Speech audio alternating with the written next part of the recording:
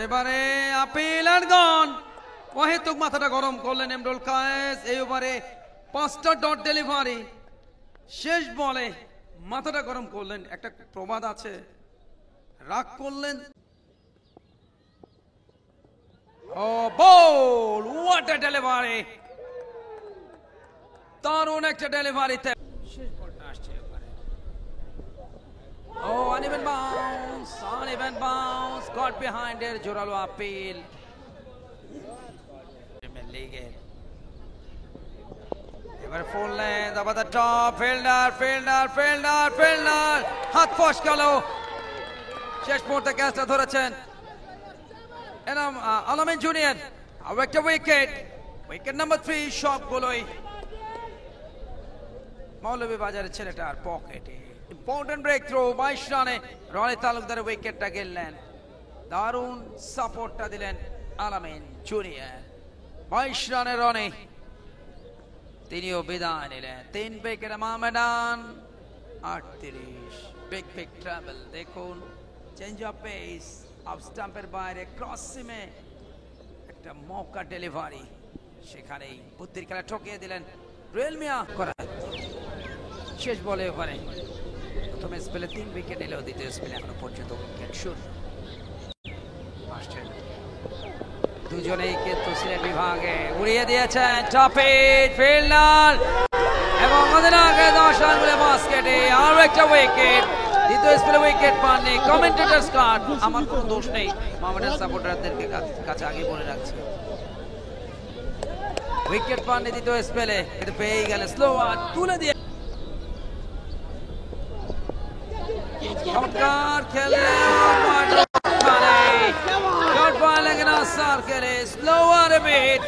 পঞ্চম উইকেট। এবং একজন বোলারের যে টার্গেটটা থাকে 5 উইকেট টেকেন, সেটাতে নিজেকে সম্পৃক্ত করলেন রুয়েল মিয়া। দিনটাই যেন আজকে রুয়েলের এবং সিলেট বিভাগের মৌলভীবাজারের ছেলেটার যে কীর্তি, এটা অবশ্যই গাজী গ্রুপ ক্রিকেটার্সের জন্য অনন্য প্রাপ্তি। আর একটা উইকেট দেখুন, স্লোয়ার ক্রস সিমে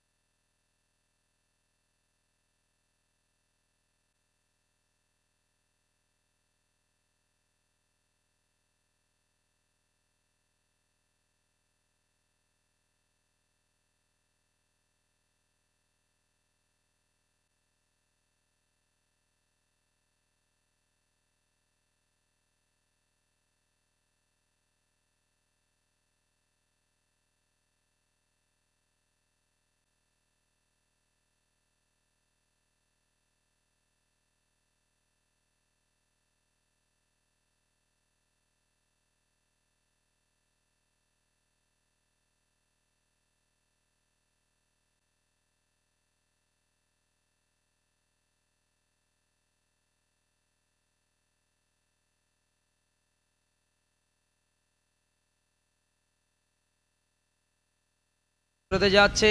আলো স্বল্পতার কারণে বেশ খানিকটা সময় খেলা স্টপ রেখেছিলেন আম্পায়াররা এবং এই মুহূর্তে ফ্লাড লাইটের আলো জ্বালিয়ে দেওয়া হয়েছে। নতুন over, appeal and gone, counter attack, good comeback. Ruyel Miah 19 number উইকেটটা তুলে নিলেন এবং সেক্ষেত্রে জিসান ইনফ্যাক্ট তানজিদ তামিম তাকে বিট করেছেন। এলবিডব্লিউর ফাঁদে পড়লেন। প্রথম উইকেটের পতন। তানজিদ তামিম ভালো ফ্লোটা তৈরি করেছে। প্রথম ওভারে 12 রান আদায় করেছিলেন রুয়েল মিয়ার ওভারে। সেই রুয়েল মিয়া তার উপরে আঘাতটা আনলেন। ইনফ্যাক্ট এলবিডব্লিউর ফাঁদে পড়েছেন এবং সেই সাথে ফিরে গেলেন তানজিদ তামিম। 12 রান করে আমরা একটু দেখে নিতে চাই লাস্ট ডেলিভারিটা pitching in line, very good decision umpire, বলটা হিটিং স্টাম্প কারণ on field umpire's call is final এবং very good decision Jaynal Abedin যদিও আম্পায়ারের উপরে একটু মনক্ষুণ্ণ ছিলেন বাট পিচিং এ line hitting stump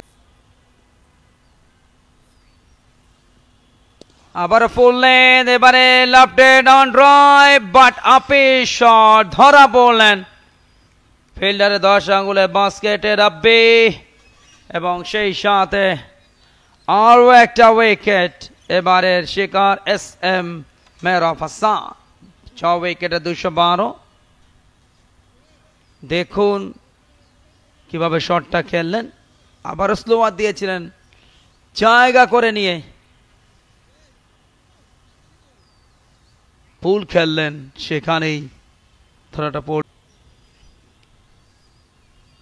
real Miah আসছেন Rishad short ball what a catch brilliant চিলের মতো ছো মেরে ক্যাপ্টেন মেহেদী মারুফ অবাক দৃষ্টিতে তাকিয়ে রইলেন রিশাদ অবিশ্বাস্য ক্যাচ জন্টি রোডস যেন দক্ষিণ আফ্রিকা থেকে বাংলার মাটিতে অবিশ্বাস্য বিশ্বমানের ক্যাচ কালে ভদ্রে এগুলো দেখা যায় এগুলো দেখার জন্য ভাগ্যও লাগে Ruyel Miah short ball body line বরাবর স্ল্যাশ করেছিলেন ব্যাকওয়ার্ড পয়েন্টে ইনফ্যাক্ট গালিতে brilliant catch athletic fielding oh what a catch এগুলো জন্টি রোডসের ছাড়া আর কারোর পক্ষে সম্ভব নয় সেই জন্টি রোডস যেন মেহেদী মারুফকে ভার করেছিল ব্রিলিয়ান্ট ব্রিলিয়ান্ট সুপার ক্যাচ অনেকে বলেন বাস বাকি বাট এটা সুপার ইগল ক্যাচ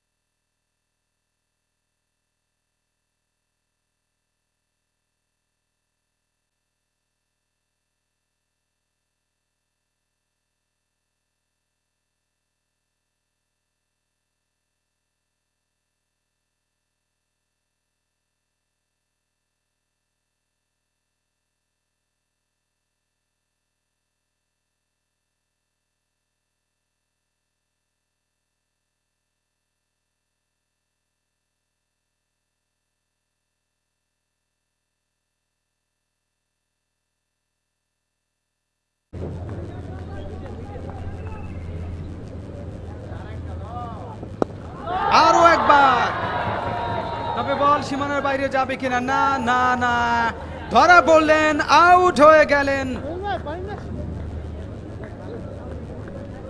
একেবারে ডিপার পজিশনে ইন্টেনশন ভেরি ক্লিয়ার ইট ওয়াজ চেষ্টা করেছিলেন বলটাকে সীমানার ওভারে পাঠিয়ে দিতে কিন্তু সেটি হলো না বল চলে গেল একেবারে ফিল্ডারের হাতে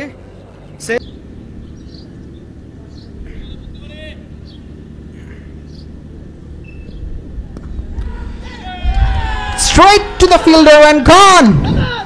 ইরফান শুকুরের কথা বলছিলেন তাকে দায়িত্ব নিতে হবে আমি আজকে বুঝতে পারছি না কমেন্টেটরস কার্ডস নাকি অন্য কিছু যখনই কোনো একটা প্লেয়ারকে প্রেস করা হচ্ছে he is just getting out Irfan Shukur short পিচের বলটাকে তিনি কাট করতে চেয়েছিলেন and straight to point and celebration for the Ghazi group cricketers and boys খানিকটা ওভার এক্সাইটেড হয়ে গিয়েছিলেন রুয়েল মিয়া ইরফান শুকুরের বিগ উইকেটটি নিয়ে আম্পায়ার তাকে